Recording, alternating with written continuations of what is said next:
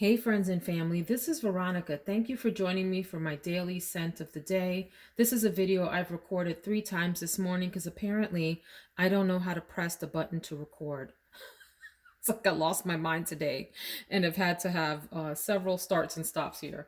Anyway, the fragrance that I have today is one that I was reminded I haven't worn in a while when I was filming a video this weekend for a tag video that is about the fragrances that I have backup bottles for. And this is one that has been a favorite in my collection for several years now, and one that I don't hear talked about in the fragrance community at all. Like, I haven't heard anyone in any video, at least that I have watched, over the past year or so mention this.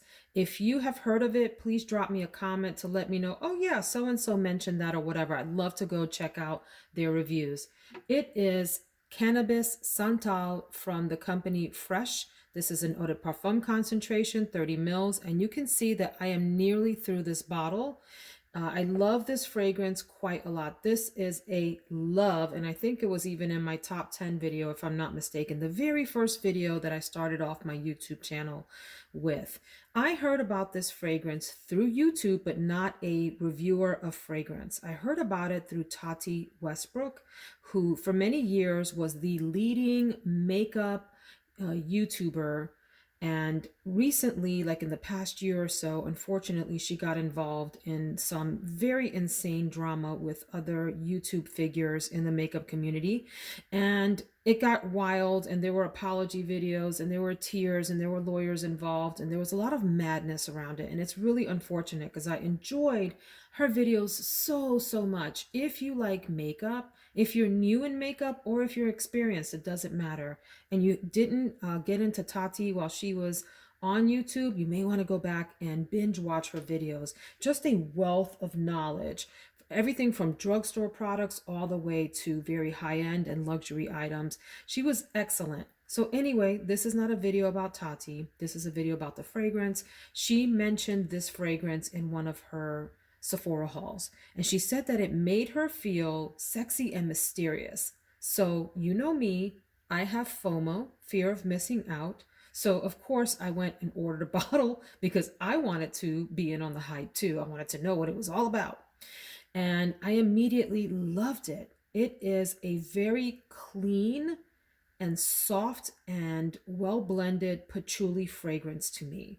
If you don't like patchouli, thank you so much for watching my video. You probably want to click away right now because it is all about patchouli in this fragrance with some supporting cast members.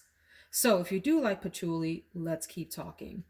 On the thumbnail, I have a background of a mountain pass. That is the term that I looked up in the app that I use to edit my thumbnails.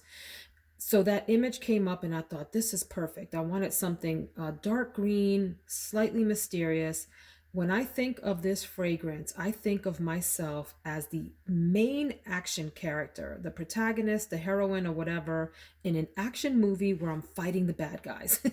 And for some reason, I always imagine a mountain pass with jagged mountains, and we're going on this high-speed chase, chasing after the bad guys.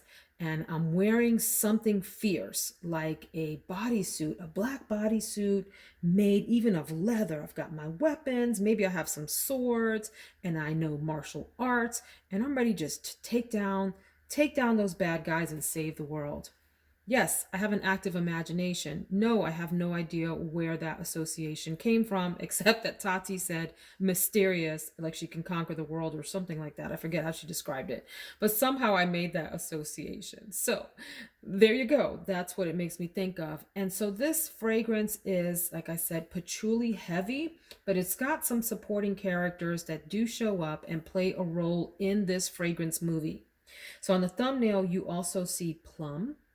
And so you get some deep, dark fruit in here, but it is very well blended with the rest, does not stand out prominently, does not take over, does not steal the show from the patchouli.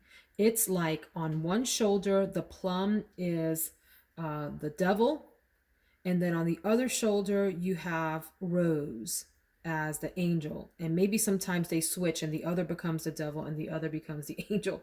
But And I put a dark red rose, a deep red, on the thumbnail because I wanted to evoke like that, maybe like a gothic feel to it, something dark and mysterious. So those two are sitting on the shoulders of this fragrance, supporting the patchouli as the main character.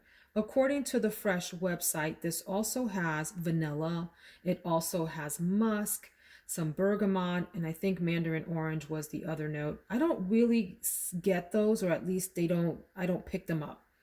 They don't stand out to me in the composition. What I get is mostly patchouli, a little plum, a little rose to kind of round it out. I have to say, this is a fragrance that is marketed toward men.